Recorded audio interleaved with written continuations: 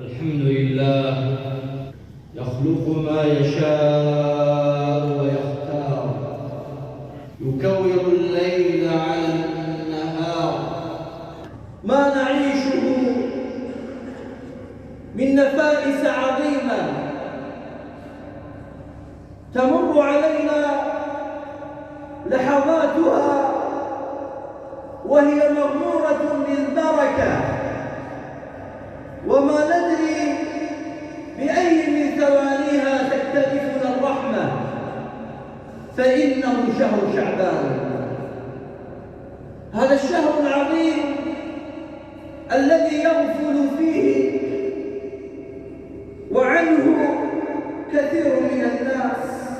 فقال النبي صلى الله عليه وسلم: ذلك شهر يغفل عنه كثير من الناس بين رجب ورمضان. والحكمة العظيمة في ذلك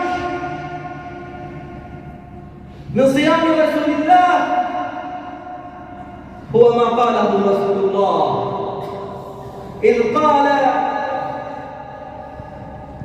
هذا شهر مبارك يغفل عنه كثير من الناس بين رجب ورمضان ترفع فيه الأعمال إلى الله، وأحب أن يرفع عملي وأنا صائم.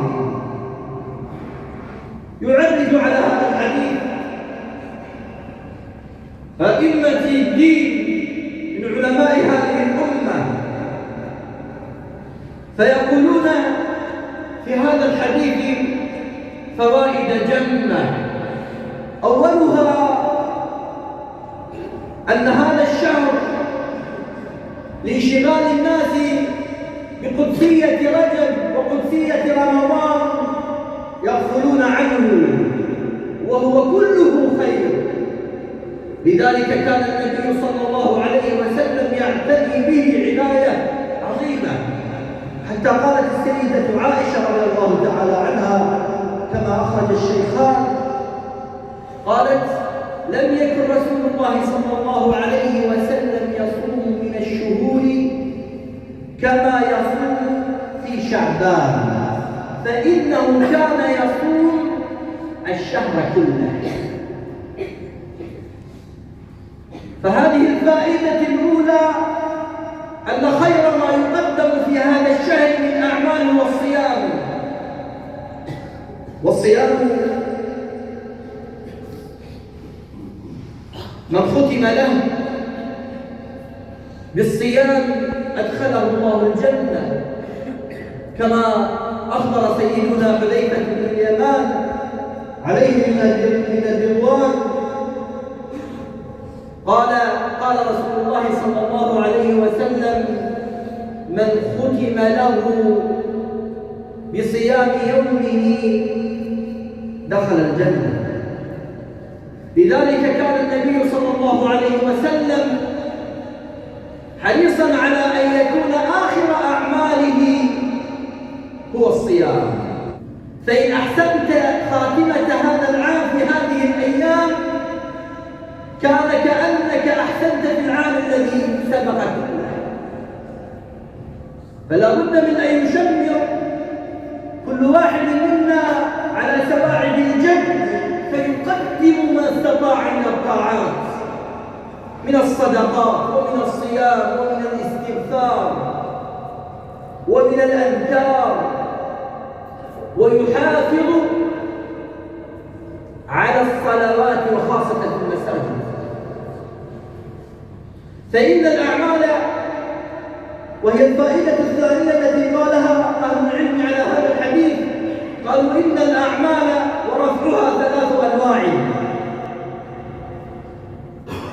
أولها رفع للأعمال يومي، في كل يوم ترفع أعمال كل واحد منا. ومتى ذلك؟ أخبر النبي صلى الله عليه وسلم بأن الله ينزل في كل يوم ملائكة تتعاقب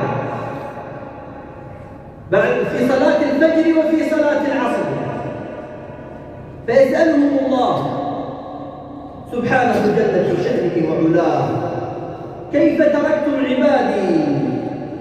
وهو أعلم، ولكن ليجعل الملائكة على ذلك شهودا. قالوا: يا رب، جئنا إليهم بصلاة الفجر وهم يصلون، وتركناهم عند صلاة العصر وهم يصلون، فيكتب يوم ذلك كله صيام. الله، فكم من قلب لاهٍ وكم من قلب غافل، وأبواب الخير كثيرة. فإن لم تستطع الصيام فبادر بالصدقة، وإن لم تستطع الصدقة فبادر بالصلاة، فبادر بالذكر، فبادر بالاستغفار. ثم الفائدة العظيمة الأخرى والحدث العظيم الآخر في هذا الشهر، كما أخبر النبي صلى الله عليه وسلم: إن الله ليطلع على قلوب الناس جميعا لجميع المؤمنين إلا متشاحن، إلا من كان بينه وبين أخيه شحناء، وفي رواية إلا لمشرك أو مشاحن. من العجب العجيب ما نشاهده من أحداث تتفطر لها القلوب، من أحداث الدماء التي لا تفعلها حتى الحيوانات فيما بينها. فليس الذئب يأكل لحم ذئب ويأكل بعضنا بعضا عيانا. ما نشاهده من حوادث اغتيال وخطف وسفك للدماء، حتى بلغ الطغيان مما بلغ أن قتلت النساء. أين الرحمة؟ أين الرحمة؟ وأين الألفة؟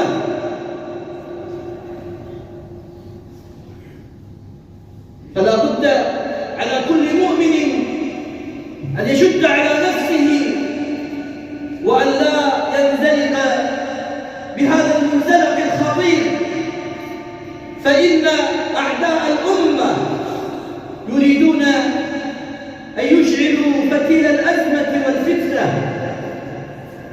والفتنة نائمة لعن الله من أيقظها.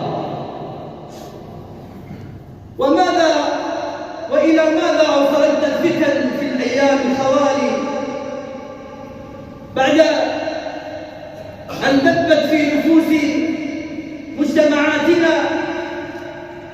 فماذا أنتجت غير الأرامل والثكلى والأيتام والمظلومون الذين وقعت عليهم المصائب تتلى وتترى؟ فعلى كل مسلم أن يحرص وأن يشد على نفسه ويغمض على قلبه ولسانه من أن ينفلت في مثل هذه الفتن، ويمرن نفسه للخوض في سباق رمضان.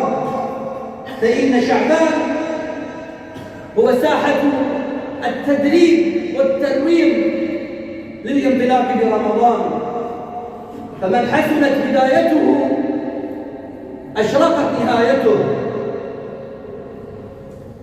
ومن عمل صالحا فلنفسه ومن أساء فعليها ثم إلى ربكم ترجعون.